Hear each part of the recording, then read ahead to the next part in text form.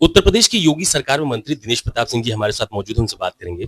दिनेश जी, आज मंत्रिपरिषद में ऑपरेशन सिंदूर की सफलता के बाद अभिनंदन प्रस्ताव पास किया गया। क्या कुछ रहा, क्या कुछ कहा मंत्रियों ने?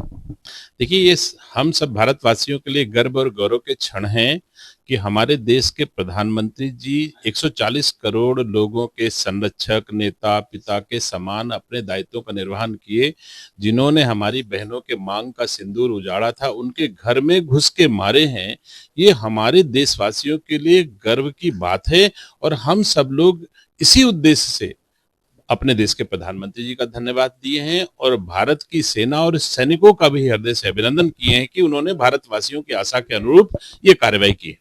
अच्छा, मुझे बताइए, आज अखिलेश यादव जी ने कहा कि जो सब बीजेपी की तरफ से तिरंगा शौर्य यात्रा निकाली जा रही है, तो दरअसल जो जश्न होता है वो जीत का होता है, सीज का नहीं। सीज का मतलब सीज फायर का जिक्र वो कर रहे हैं कि आखिरकार इस बात का क्यों जश्न मनाया जा रहा है? देखिए, कम से कम हम भारतीय जनता पार्टी और भारत और उत्तर प्रदेश की सरकारें अपनी सेना और सैनिकों का धन्यवाद तो कर रहे हैं, अभिनंदन तो कर रहे हैं, उनका वंदन तो कर रहे हैं उनका।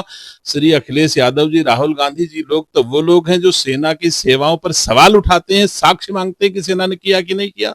तो कम से कम हम लोग तो अच्छा कर रहे हैं, तो अखिलेश यादव जी को धन्यवाद देना चाहिए, बजाय इसके कि हमारे पर सवाल खड़ा करें। मैं तो उनको कहना चाहता हूं कि अगर वो भारत के नागरिक हैं तो भारतीय जनता पार्टी की भांति वो भी सेना और सैनिकों का सम्मान करें, उनके शौर्य और पराक्रम का वंदन करें, अभिनंदन करें। ये हर भारत के नागरिक का धर्म है और अगर भारत के नागरिक हैं अखिलेश यादव जी, तो उनको इसका ये काम करना चाहिए जो भारतीय जनता पार्टी कर रही है, जो हमारी सरकारें कर रही हैं। कांग्रेस भी लगातार इस बात को लेकर सवाल खड़े कर रही है। वो ये कह रही है कि ऑपरेशन सिंदूर के बाद ये जो तिरंगा शौर्य यात्रा आप लोग निकाल रहे हैं, ये बेसिकली पॉलिटिकल माइलेज लेने की कोशिश है, राजनीतिक लाभ लेने की कोशिश कर रही है बीजेपी। अब उनको लग रहा होगा हम भारत के नागरिक लोग, हम भारत के नागरिक अपनी सेना के शौर्य और पराक्रम की सराहना करने निकल रहे हैं, हम वोट मांगने तो जा नहीं रहे हैं। तो अगर उनको इसमें भी लगता है कि हम राजनीति कर रहे हैं तो वो करें। हम तो एक भारत के नागरिक होने का दायित्व निर्वहन कर रहे हैं और वो लोग तो सवाल उठा रहे हैं, बार बार साक्ष्य मांग रहे हैं। कांग्रेस के पूर्व मुख्यमंत्री पंजाब क्या करें, उनसे पूछो ना। इस तरह के सवाल क्या भरे युद्ध के समय क्या वाजिब है? तो कांग्रेस के लोग स्वयं दिग्भ्रमित हैं, उनको पता नहीं कि किस दिशा में चलना चाहिए। और उचित होता कि मोदी जी के पीछे चले तो रास्ता मिल सकता है, लेकिन जिस तरह राहुल गांधी दाएं बाएं घूम रहे हैं उसमें भारत में उनको रास्ता मिलने वाला नहीं है। एक बड़ा प्रश्न आज अखिलेश यादव जी ने अमेठी में उठाया। उन्होंने कहा कि उनकी पार्टी छोड़कर जो तमाम सारे लोग बीजेपी में चले गए हैं, वो जो दल बदलू लोग हैं, उनको बीजेपी कुछ नहीं देगी, क्योंकि बीजेपी अपने ही नेताओं को कुछ नहीं देती, तो बीजेपी किसी की नहीं है। अखिलेश यादव जी देश की जनता को और उत्तर प्रदेश की जनता को बतावें कि अखिलेश यादव जी कभी बुआ बबुआ और कभी यूपी के दो लड़के, इसको क्या कहेंगे?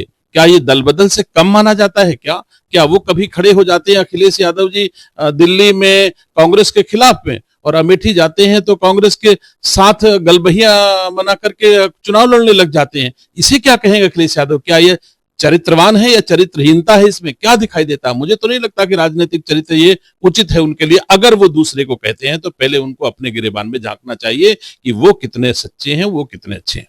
बहुत धन्यवाद हमसे बात करने के लिए। उत्तर प्रदेश की योगी सरकार में मंत्री दिनेश प्रताप सिंह जी हैं, जिनका साफ तौर पर यह कहना है कि ऑपरेशन सिंदूर ने भारत का गौरव बढ़ाया है और जहां तक राजनीतिक बयानबाजियां की जा रही हैं वो पूरी तरह से ठीक नहीं है। कैमरा पर्सन मिंटू सिंह के साथ अशोक तिवारी, लखनऊ, न्यूज 24।